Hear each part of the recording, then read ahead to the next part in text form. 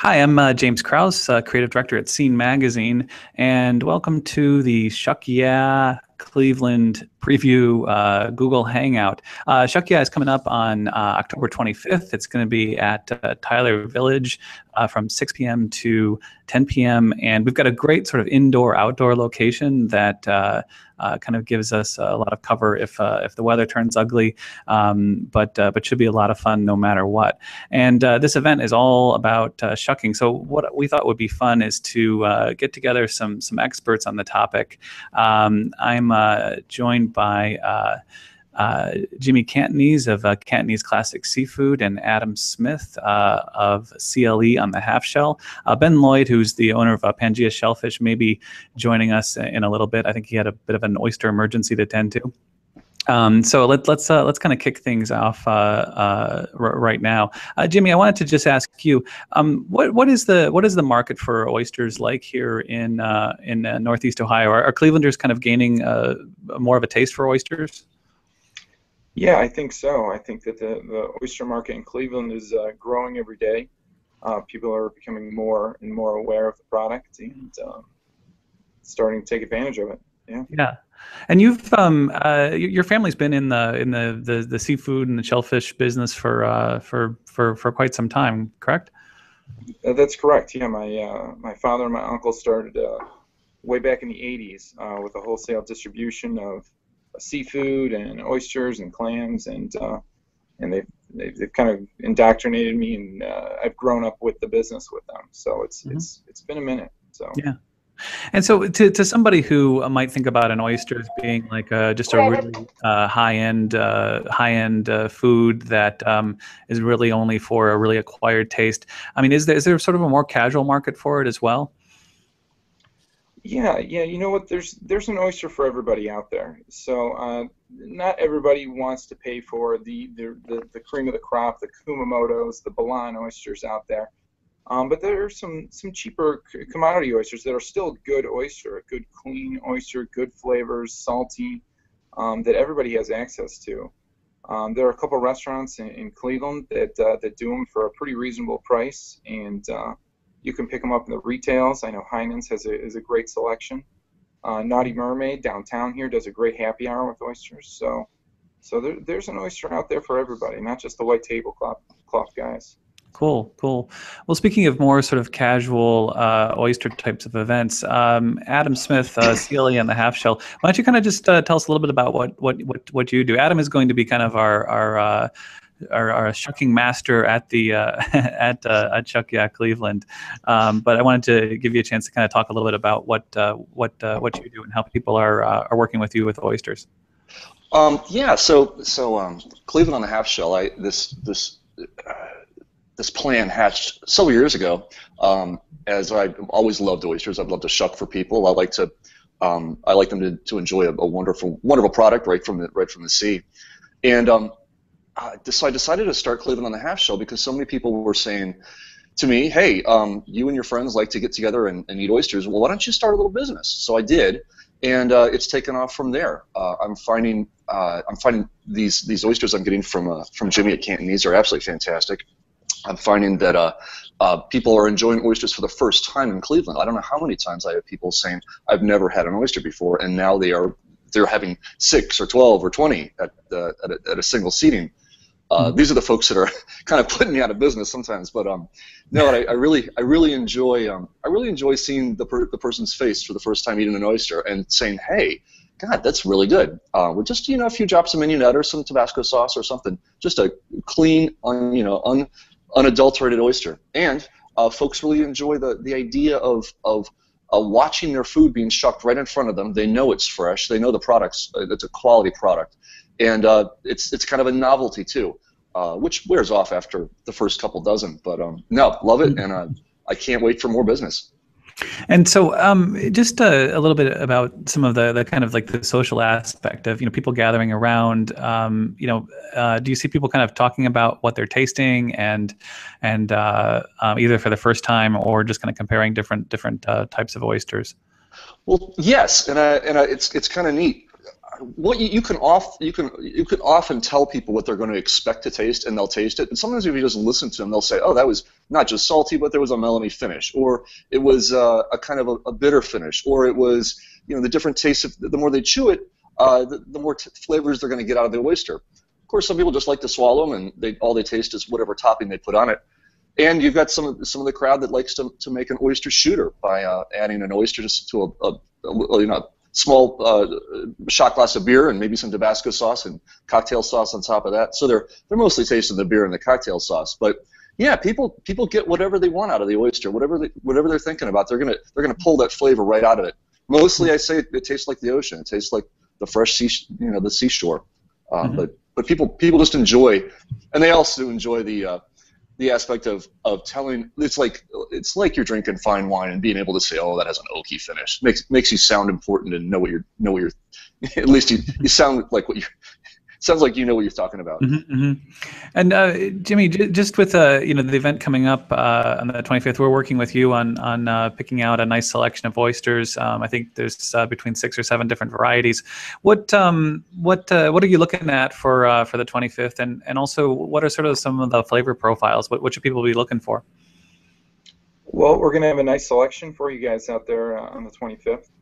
We're going to have some East Coast oysters. We're going to have some West Coast oysters.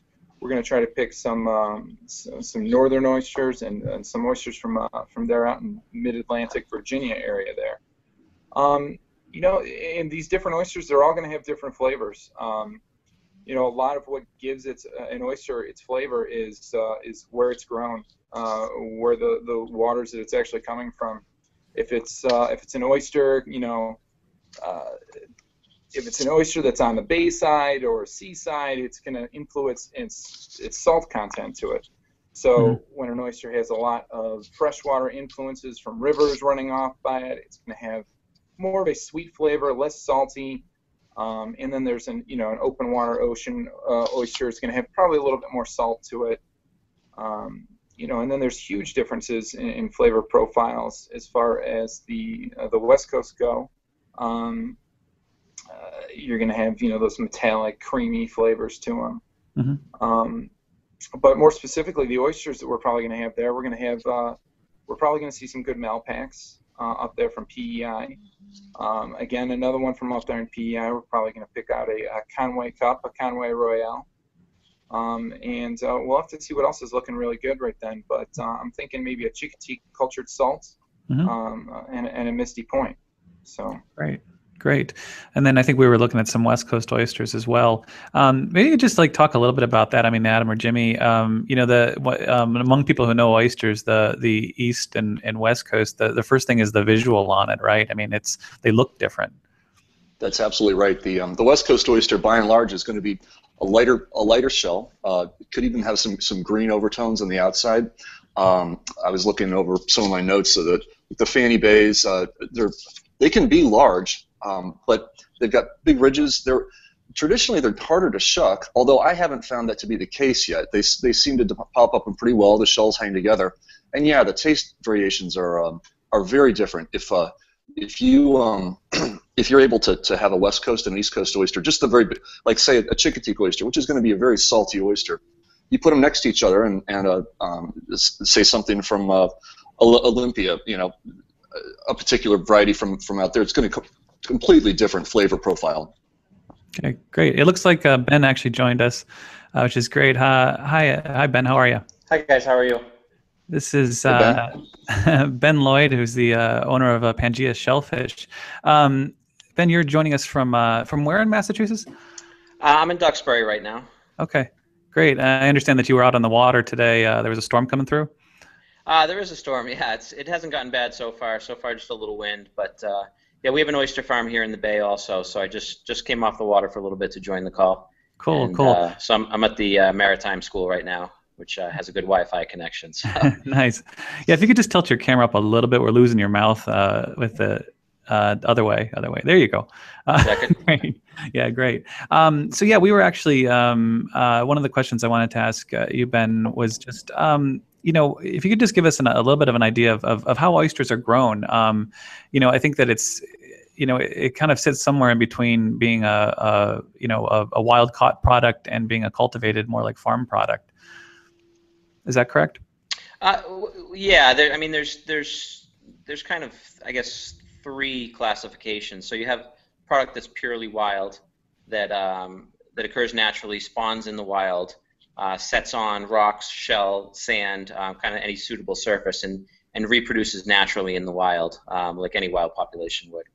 And then you have a purely cultured oyster, where the seed is purchased from a hatchery that's spawning the seed, and it can be grown in any variety of ways, and that's really tailored to your actual location. You know, people have just through trial and error really figured out what's worked best in their own bay. So that's the cultured oyster, and then there's some kind of mix of the two, where you can either catch wild seed and grow it out on a farm, or like down in the town of Falmouth, they purchased cultured seed but spread it into the wild, to kind of propagate the wild fishery down there. Mm-hmm. So that's kind of a gray area. Is it a wild oyster? Is it a cultured oyster? Right, right. And so being here in Northeast Ohio, we're obviously a little bit far away from the ocean, and there might be some people who are like maybe less familiar. This event coming up on the 25th may be the first time they're trying an oyster. It's a great way to kind of try some different kinds of oysters and do it in a little bit more of a casual way.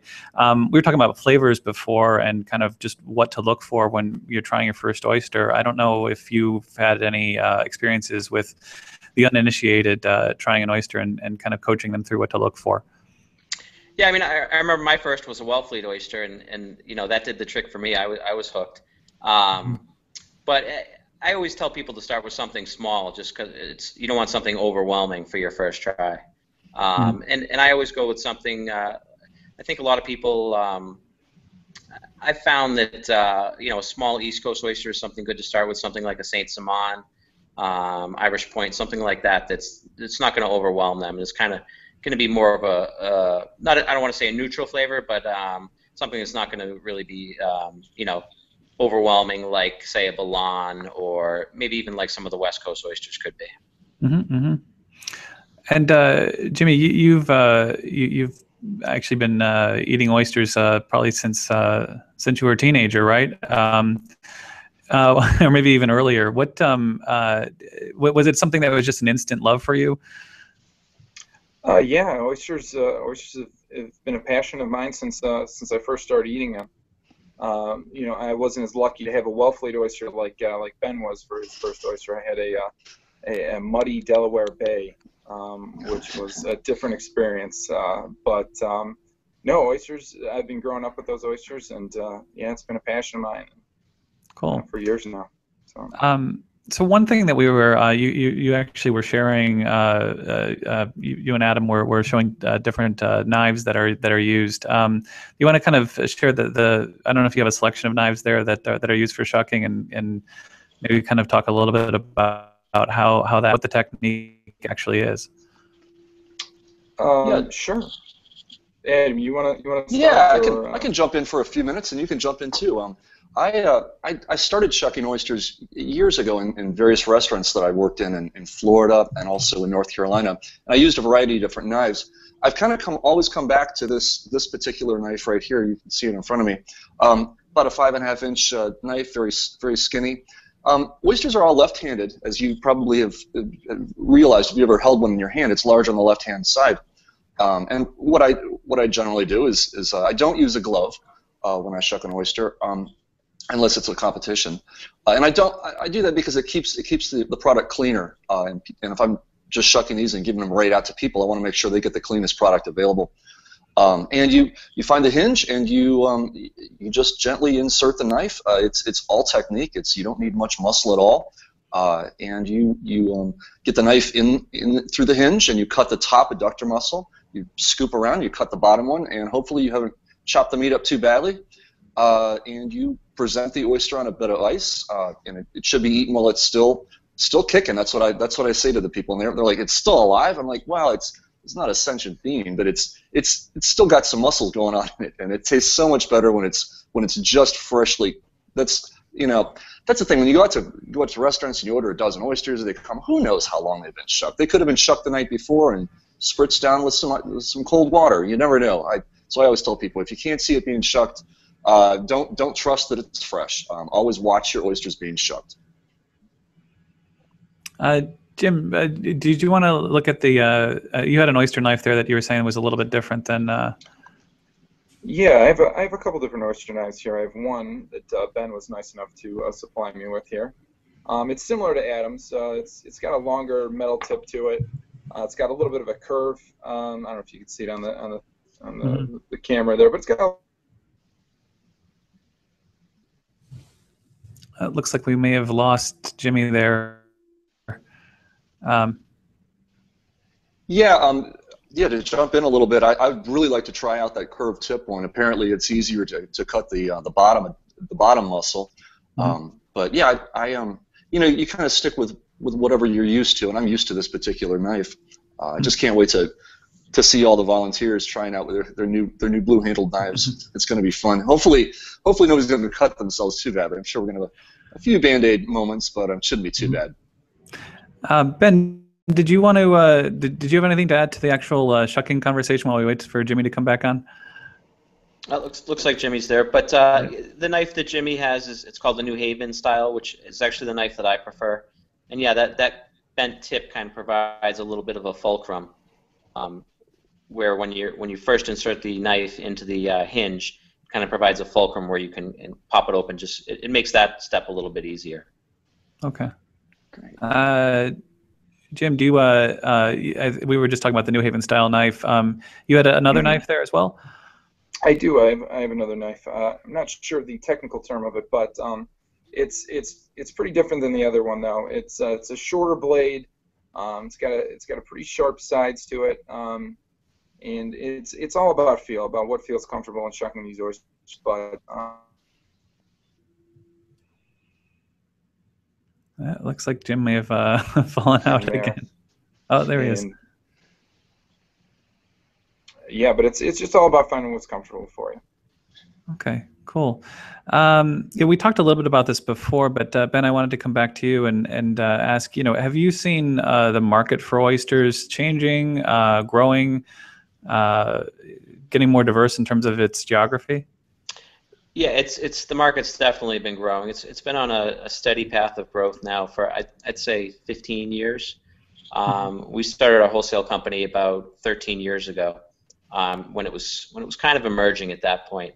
But I thought 5 years ago that it couldn't get any more popular, and in the past 5 years it seems like it's double over again. We're just you see oyster bars popping up all over the place now. It's very trendy. It's kind of become more of a I don't want to say a commonplace food, but certainly not the luxury that it was once deemed to be. So it's just something that's widely eaten now, where I think 20 years ago it wasn't. It was more of a luxury item. And there's a positive ecological impact that oysters have, isn't that correct? Sure. Yeah, they filter excess nutrients out of the water. I mean, that's one of the benefits. So excess nitrogen is removed from the water, and water clarity is improved. So things like eelgrass have rebounded in certain areas where there's a lot of oysters, because the light's allowed to penetrate the water column and actually reach the bottom. So that's one benefit. And then for cultured oysters, I mean, you hear of oyster reefs down in the Chesapeake, and that's true. I mean, an oyster reef supports hundreds or thousands of species. Things like worms and crabs and invertebrates and things like that live on the oyster reef.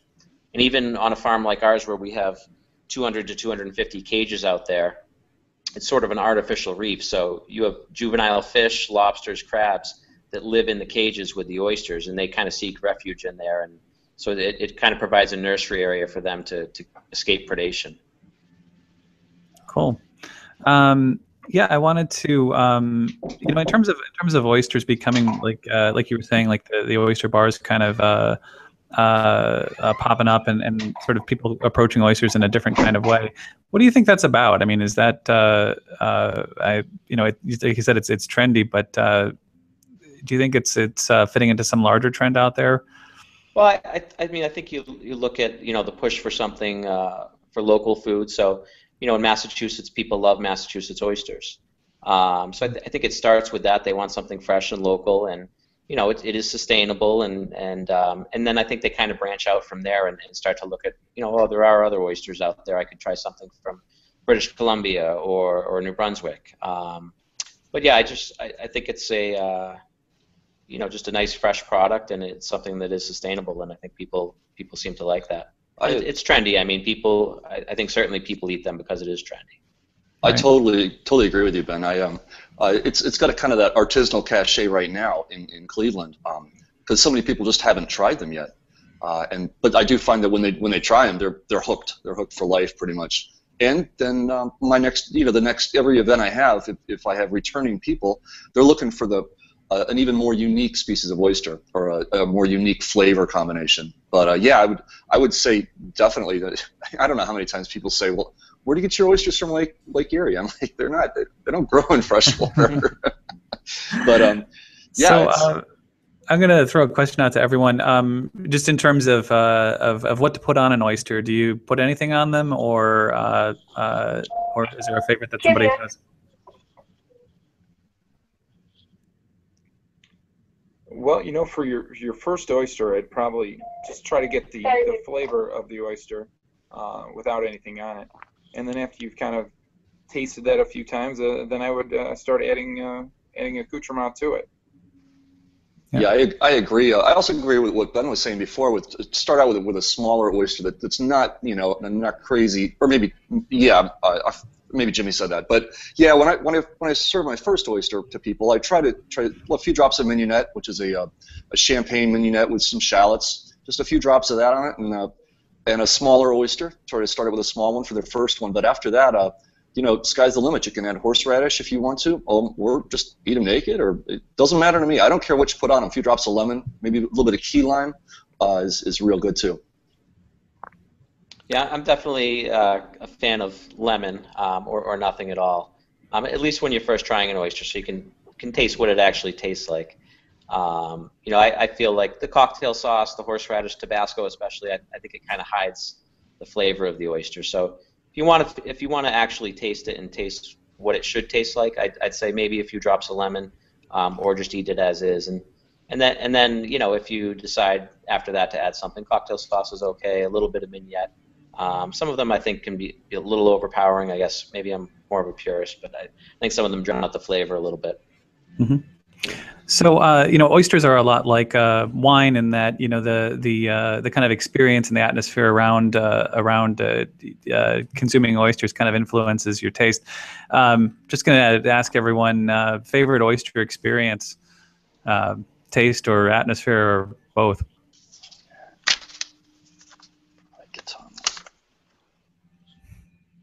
Well, I would have to jump in there and say my one of the first Cleveland on the Halfshell events that I did. It was so much fun to see people trying oysters and for the first time sometimes, and just folks coming to say, man, what is it? This is a great idea. Just it's fantastic that you can shuck a product and give it right to me, and I can eat it, and I know it's still alive and bouncing. But one of my first, I think I did katamas, which were absolutely fantastic, and people loved them. Great creamy flavor, a little bit salty, but that would be my first.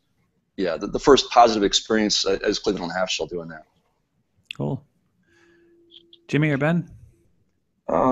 Yeah, well, you can have all kinds of experiences with oysters. I love going to the restaurants and just getting them on the Halfshell there. But you can do them as shooters, as a way to start the night. And I know a bunch of my friends and I have all started many nights with a little oyster shooter.